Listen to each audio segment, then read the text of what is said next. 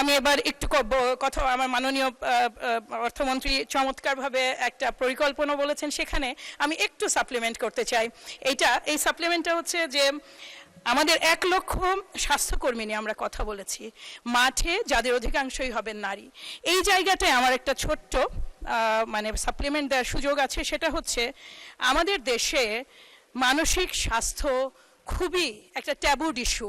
যেখানে দেশের মানুষ মূল স্বাস্থ্য সেবাই পায় না, সেখানে মানসিক স্বাস্থ্য নিয়ে কথা বলাটা অনেকেই বিলাস মনে করেন, কিন্তু এটা অত্যন্ত প্রয়োজনীয়। মাননীয় ডেপুটি স্পিকার, আপনাকে আমি জানাতে চাই যে আমাদের দেশে আপনি যদি যত বেশি আপনার একটু মানে দারিদ্র্য সীমায় একটু যারা দুর্বল কিংবা গ্রামীণ অঞ্চলে যাবেন, আপনি আশ্চর্য হবেন 47.7% নারী তারা অবসাদে ভোগেন, এবং হাইপার যে অ্যাংজাইটি সেটাতে ভোগেন 65% নারী, এবং 23.6% নারী ভোগেন হচ্ছে গভীর চাপে।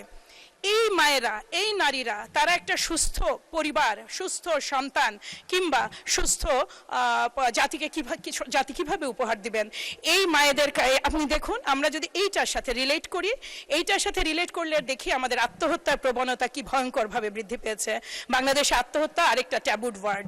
এইখানে অর্ধেকের বেশি আত্মহত্যা রেজিস্টার করা হয় না।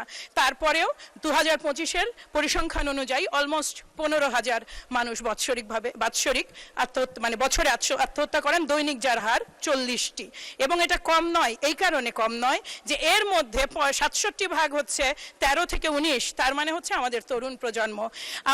আমার অনুরোধ হচ্ছে মাননীয় অর্থমন্ত্রীর কাছে যে 1 লক্ষ যেই মাঠ কর্মী যাবেন তাদের মধ্যে একটা সংখ্যা, সেটা 12,000 বা 13,000-কে কি আমরা মানসিক স্বাস্থ্য সেবার প্রাথমিক প্রশিক্ষণ দিয়ে মাঠে ছেড়ে দিতে পারি। ইউনিয়ন পিছু আমাদের 4,599টি ইউনিয়ন আছে।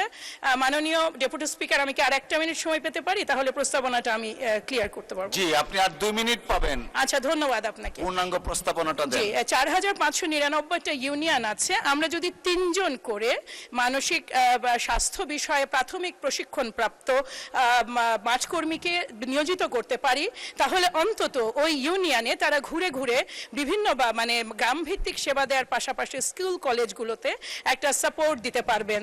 বেসিক্যালি 4,599 ইন্টু 3 হচ্ছে 13,800 জন। এখানে আমি এবার একটু প্রাথমিক, এখানে অনেক বিশেষজ্ঞ ব্যক্তি আছেন, তারপরেও আমি একটু বলতে চাইছি যে সাইকোলজিক্যাল ফার্স্ট এইড বলে এই মানসিক স্বাস্থ্য সেবার একটা প্রাইমারি কেয়ার আছে, যেটা জাস্ট এটা ডিটেক্ট করা এবং ডিটেক্ট করে এটা পরবর্তী লেভেলে নিয়ে যাওয়া পর্যন্ত।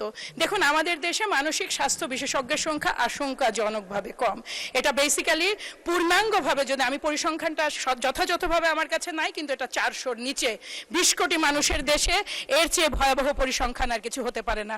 কিন্তু পূর্ণাঙ্গ মানসিক স্বাস্থ্য বিশেষজ্ঞ তৈরি করা অত্যন্ত সময় সাপেক্ষ, 5 থেকে 6 বছর মেয়াদী। আমি জানি যে এই পরিকল্পনা স্বাস্থ্য মন্ত্রণালয়ের আছে, কিন্তু এই যে ইন্টারিম যে ট্রেনিংটার কথা আমরা বলছি, যেটা হচ্ছে সাইকোলজিক্যাল ফার্স্ট এইড, এই ট্রেনিংটা প্রোভাইড করলে, যেটা আসলে প্র্যাকটিক্যালি 2 দিন, 6 দিন, 8 দিন কিংবা ক্ষেত্র বিশেষে 15 দিনের ট্রেনিং দিয়েই আমরা তাদেরকে মাঠে মানে ছেড়ে দিতে পারবো। এবং তারা অ্যাটলিস্ট এই যে আপনি যখন স্বাস্থ্য বিষয়ে মাঠ কর্মীদের পাঠাবেন, আপনি খেয়াল করে দেখবেন 35 অধিকাংশ নারীর যে শারীরিক সমস্যা, সেটার সাথে সরাসরি তার মানসিক সংযোগ, এবং তার মানসিক প্রচণ্ড চাপটা তাকে তার স্বাস্থ্য ব্যবস্থাকে আরও ডিটোরিয়েট করে। কাজে এটাকে সাপ্লিমেন্ট করা হয় এইভাবে। এর বাইরে আর একটা বিষয় বলতে চাই, এইটা শেষ। এর বাইরে আরেকটা বিষয় কর আহরণ নিয়ে। দেখুন, কর আহরণ নিয়ে অসংখ্য পরিকল্পনা এনবিআর এর আছে, আমাদের এখানে মাননীয় অর্থমন্ত্রীর আছে। তারপরেও আমাদের একটা বিশাল জনগোষ্ঠী রাজনীতি প্রবণ, আমাদের রাজনৈতিক কর্মী অসংখ্য।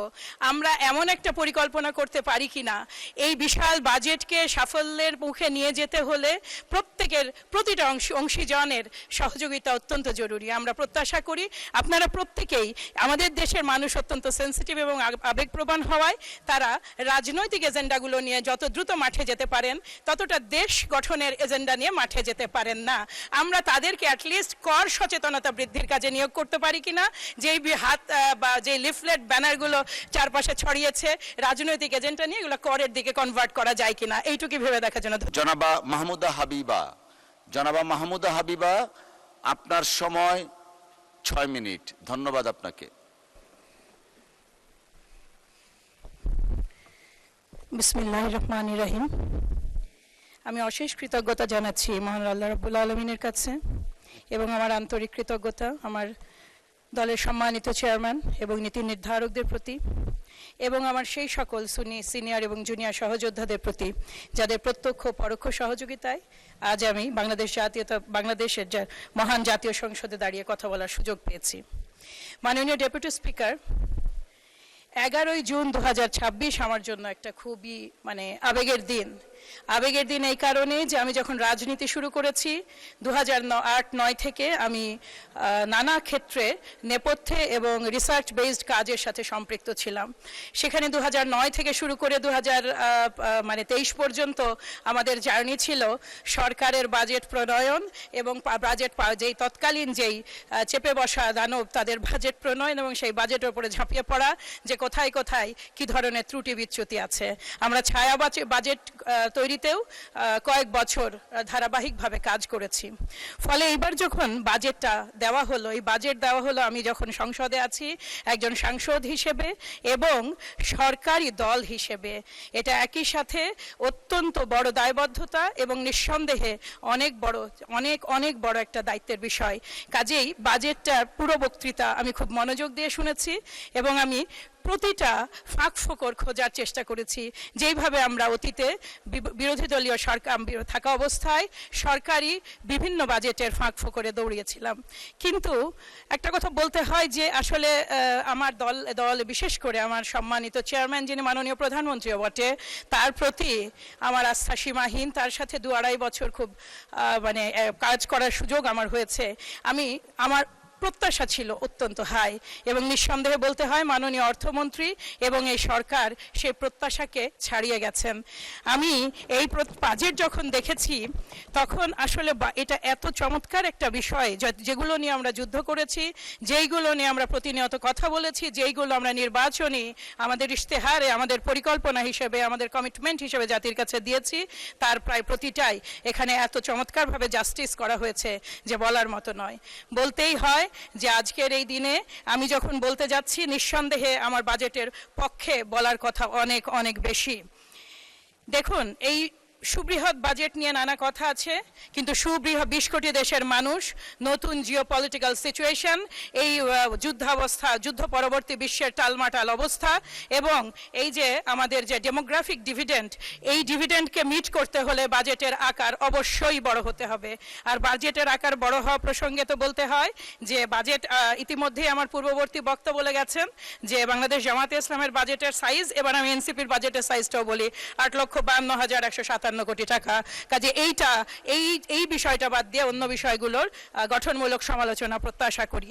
দেখুন, যেই বিষয়ে বাজেটের প্রথমে মাননীয় ডেপুটি স্পিকার যেটা প্রথম আমার মনে হয়েছে বাজেট নিয়ে, সেটা হচ্ছে নতুন সরকারের পূর্ণাঙ্গ budget is a message towards the people of Bangladesh and of course towards the international communityর কাছে। কেন? কারণ তারা আন্তর্জাতিক উন্নয়ন সহযোগী, তারা বিনিয়োগকারী আর্থিক প্রতিষ্ঠানগুলো এবং তাদের জন্য এটা বাংলাদেশের যে ব্যয় সংযম, সংস্কার ও অর্থনৈতিক স্থিতিশীলতার বার্তায় বাজেট বহন করছে সেটা নিঃসন্দেহে অভাবনীয়। আপনাকে আমি এবার একটু টপিক ধরেই বলি। মুদ্রাস্ফীতি যেটা নিয়ন্ত্রণের যে সর্বোচ্চ আমাদের যে অগ্রাধিকার দেওয়া হয়েছে সেই ক্ষেত্রে, কিংবা স্বাস্থ্য খাতে বরাদ্দ বৃদ্ধি, কিংবা শিক্ষা ও মানব সম্পদ উন্নয়নে যে বিনিয়োগ, কিংবা সামাজিক নিরাপত্তা কর্মসূচির যে সম্প্রসারণ, কিংবা বিশেষ করে উন্নয়ন ও পরিচালন ব্যয়ের যে আনুপাতিক হার কমিয়ে আনা। আমরা জানি যে এই জনপ্রশাসনে সবসময় উন্নয়নের চেয়ে পরিচালন ব্যয়ের আনুপাতিক হার অনেক বেশি, সেইটারই উদ্যোগ নিতে পারাটাও অনেক সাধুবাদ পাওয়ার যোগ্য। এখানে বিনিয়োগ ও কর্মসংস্থান সৃষ্টির উপরে যেই জোর দেওয়া হয়েছে পরিবেশ ও জলবায়ু খাতে এবং জোর দেওয়া হয়েছে কৃষি ও খাদ্য নিরাপত্তার প্রতি যে গুরুত্ব, সেই দিকে কর কাঠামোর আধুনিকায়ন যেটা সবচেয়ে বড় কথা। যে কোনো সরকারের আয়, তার রাজস্ব আয়, প্রধানতম আয়, তার অন্যান্য আয়ের আয় হচ্ছে আশেপাশের, প্রধান আয়টাই রাজস্ব আয়। কাজেই এই জায়গাটি আধুনিকায়নের যে উদ্যোগটা নেওয়া হয়েছে সেইখানে আমাদের জলমত নির্বিশেষে প্রত্যেকেরই অংশগ্রহণ করা অত্যন্ত জরুরি। আমি কিছুক্ষণ আগে আমার মাননীয় ডেপুটি স্পিকার আপনার মাধ্যমে জানাতে চাই, আমাদের সম্মানিত একজন সদস্য বললেন বিরোধী দলীয় যে কর রাজস্বের যে ব্যাখ্যা তিনি দিলেন, রাজস্বের ব্যাখ্যা তো এটাই হবে, রাজস্ব তো সরকারের কাছেই যাবে, কারণ এই প্রতিনিয়ত যেই দেশের মানুষের জনগণের ভাগ্যোন্নয়নে, তাদের জীবনের পরিবর্তনে যেই ব্যয়, সেটা আসবে কোথা থেকে? সরকারের তো আর অন্য কোনো সিস্টেম নাই, ইনায়াত বা অন্য কিছু। কাজে বাধ্য হয়ে আমাদেরকে রাজস্বের উপরেই প্রতিটা সরকারকেই নির্ভর করতে হয়। এইবার আসি, দুটো তিনটা কথা আমি আপনার মাধ্যমে, আমার মাননীয় বিরোধী দলীয় নেত্রী দুটো কথা বলেছেন, ঋণ খেলাপি। প্রথমত আমি এই শব্দটাকে রিজেক্ট করি। এই সংসদে আরপি অনুযায়ী কোনো ঋণ খেলাপি কখনোই নির্বাচনে অংশ নিতে পারেন না। আমরা দেখেছি আমাদের বহু ভালো নেতা শুধুমাত্র এই এক ইস্যুর কারণে বাদ হয়ে গেছেন। দেখুন, আমাদের বাংলাদেশ জাতীয়তাবাদী দলের নেতৃবৃন্দের অধিকাংশেরই জীবন নির্বাহের মূল পথটাই হচ্ছে ব্যবসা। এবং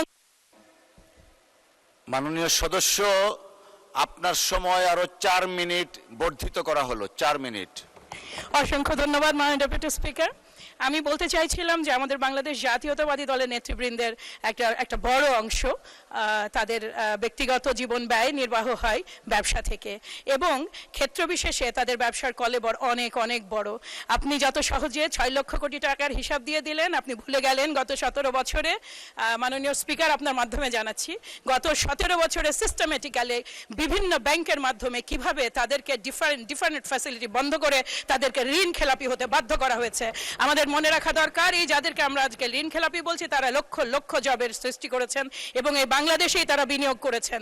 তাদের এই বিনিয়োগ এককভাবে তাদের এই যে বাংলাদেশের কর্মসংস্থানে উপকার করেছে, সেটারও কিন্তু আপনার পরিমাণ কম নয়। কাজে এই শ্রদ্ধাটা রাখতে হবে স্ট্রাগলটার প্রতি এক ধরনের সহমর্মিতা। এই নিঃসন্দেহে আগামীর সময় ভিন্ন হবে, এবং আগামীর এই ভিন্ন সময়ে এই আমাদের যারা ব্যবসা করতে যে বিভিন্নভাবে বিভিন্ন ব্যাংকের কারণে এবং সরকারি তৎকালীন লুটেরা সরকারের নীতিমালার কারণে এই ধরনের সিচুয়েশনে এসেছেন, এখান থেকে তারা উত্তরণে সফল হবেন। এইবার